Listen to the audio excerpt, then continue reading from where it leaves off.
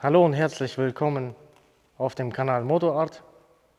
Heute, wie im letzten Video angekündigt, möchte ich euch gerne die BMW F900R vorstellen. Im ersten Video ging es um allgemeine Kauftipps für Motorräder und heute geht es speziell um die BMW F900R. Den Link von dem ersten Video findet ihr unten in der Videobeschreibung. Es handelt sich hier um ein Mittelklasse Naked Bike F900R. Die Vorgängerin der BMW F900R ist die F800R. Die F900 gibt es seit 2020 auf dem Markt. Das ist die R-Version. Es gibt noch zwei weitere, einmal die XR, wobei das XR für Crossover steht, und die GS für Gelände und Straße. Diese Maschine hat jetzt 77 kW, das sind 105 PS. Und die darf man mit dem großen A-Schein fahren und 92 Newtonmeter.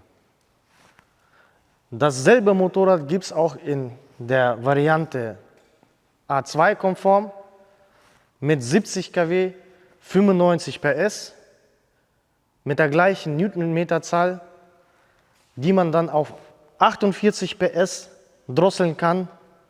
Das wären 35 kW, 48 PS und 66 Newtonmeter. Laut meiner Recherche fährt das Motorrad mit 105 PS eine maximale Geschwindigkeit von 216 km/h und die A2-konform mit 95 PS eine Höchstgeschwindigkeit von 201 km/h und die gedrosselte Variante mit 48 PS erreicht eine Höchstgeschwindigkeit von 160 km/h. Die Maschine hat ein Leergewicht von 211 Kilo und ein zulässiges Gesamtgewicht von 430 Kilogramm. Das Motorrad hat einen Kunststofftank verbaut mit einem Volumen von 13 Litern, wobei hier 3,5 Liter die Reserve ist. Kommen wir jetzt zu den Maßen. Die Gesamtlänge des Bikes beträgt 2140 mm, der Radstand ist 1518 und die Breite ohne Spiegel ist 815 mm, wobei das bei dem Motorrad nicht mehr stimmt, weil hier der Lenker umgebaut wurde. Die maximale Sitzhöhe der Maschine beträgt 875 mm, man kann sie aber anpassen bis zu 770 mm.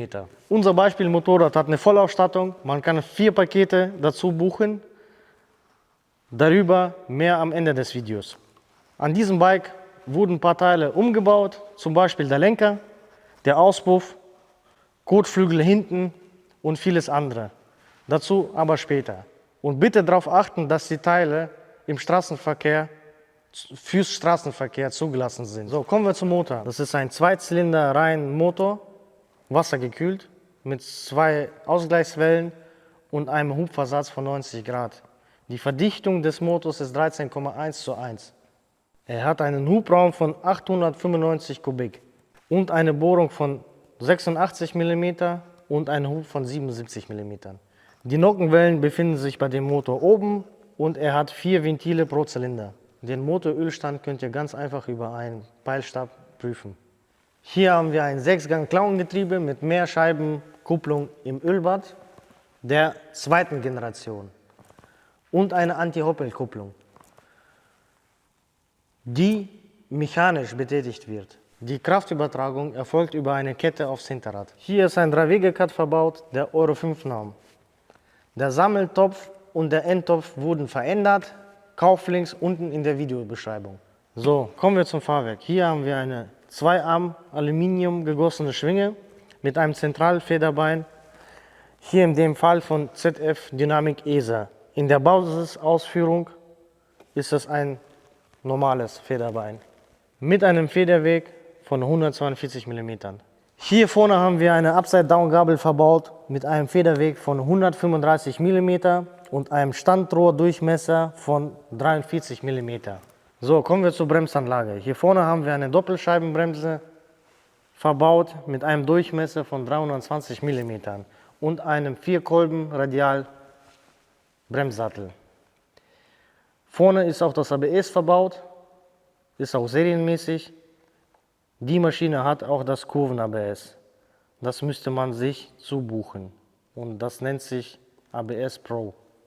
So, kommen wir zu der hinteren Bremse. Hier ist eine Einscheibenbremse von einem Durchmesser von 265 mm verbaut und einem Einkolben-Schwimmsattel von der Marke Brembo.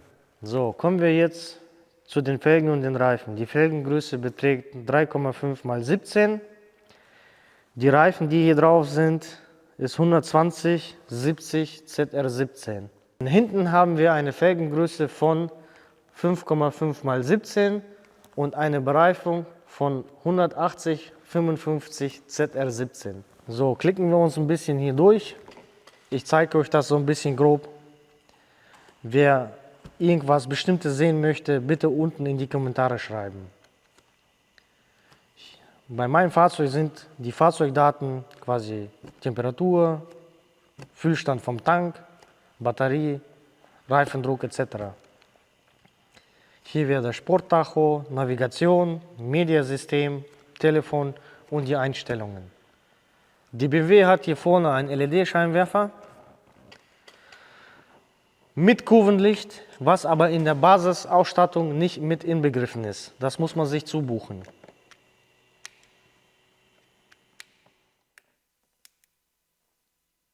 Es ist toll. Es ist einfach toll.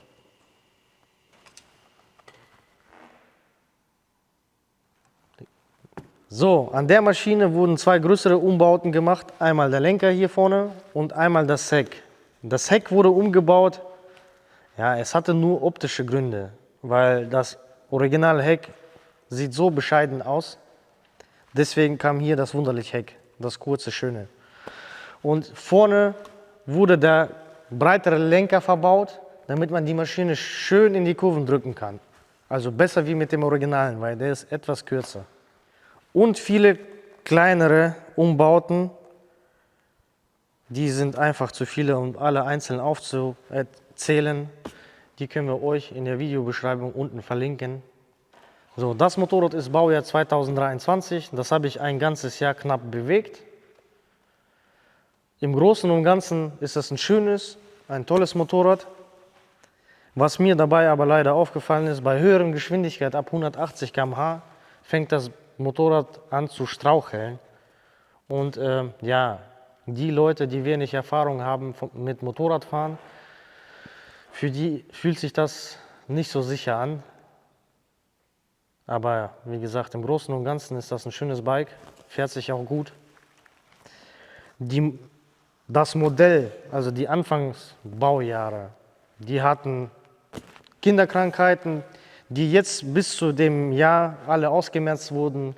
Das war einmal die undichte Ölwanne und der undichte Ventildeckel, der Kettenspanner und ein Softwarefehler war vorhanden, was aber jetzt bis 2023 alles durch Rückruf und Kulanz aufgehoben wurde. Und die Kupplung der ersten Generation, da war es hackelig und schwierig, den Neutralgang reinzubekommen.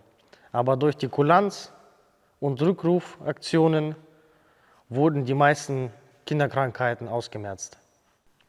Deswegen achtet mal bitte drauf, wenn ihr eine BMW F900R kaufen wollt, was für ein Baujahr die hat und ob die diese Rückrufaktionen schon durch hatte.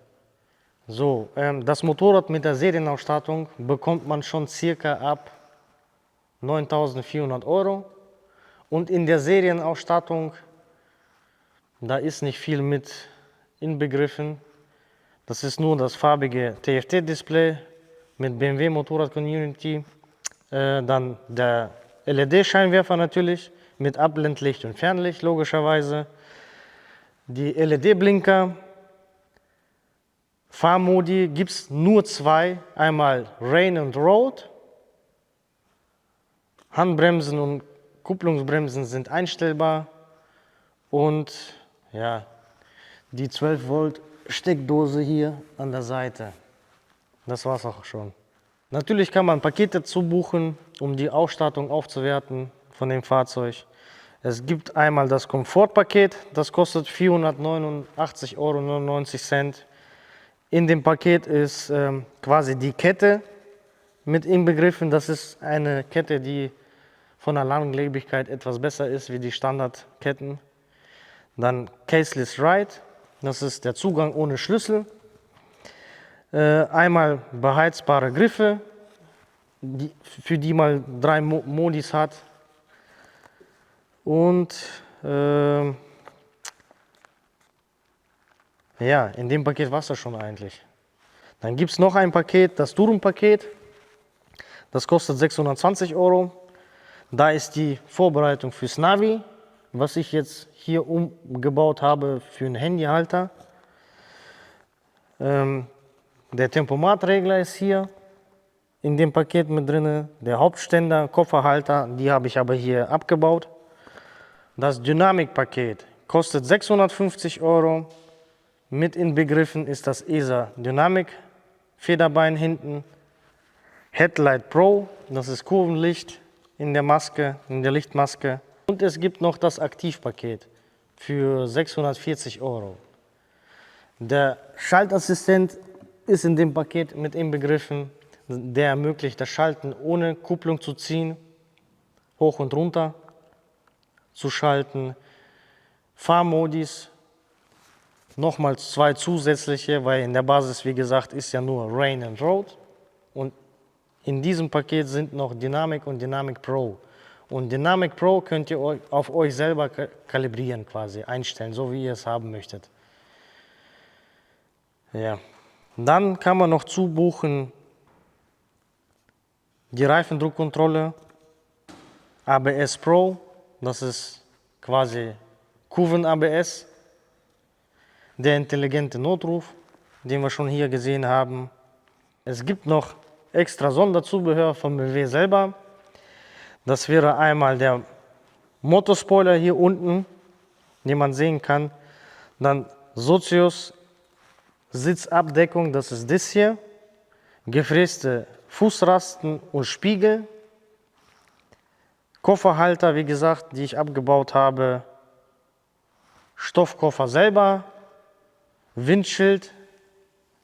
Ein hohes, was für mich nicht in Frage kam, weil von der Optik das mir nicht gefallen hat. Ja, und der Hauptständer, für den ich mich auch entschieden habe. So, jetzt kommen wir zum Wartungsplan. Hier oben rechts blenden wir euch ein, vom Hersteller den Wartungsplan für die Maschine, wann was bei eurer Maschine fällig ist. So Leute, kommen wir zum Ende des Videos. Ich hoffe, es hat euch gefallen. Wenn es euch gefallen hat, lasst ein Abo da und einen Daumen hoch. Wenn irgendwelche Fragen ihr habt, unten in die Kommentare schreiben.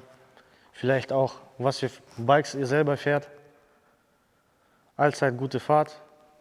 Auf Wiedersehen.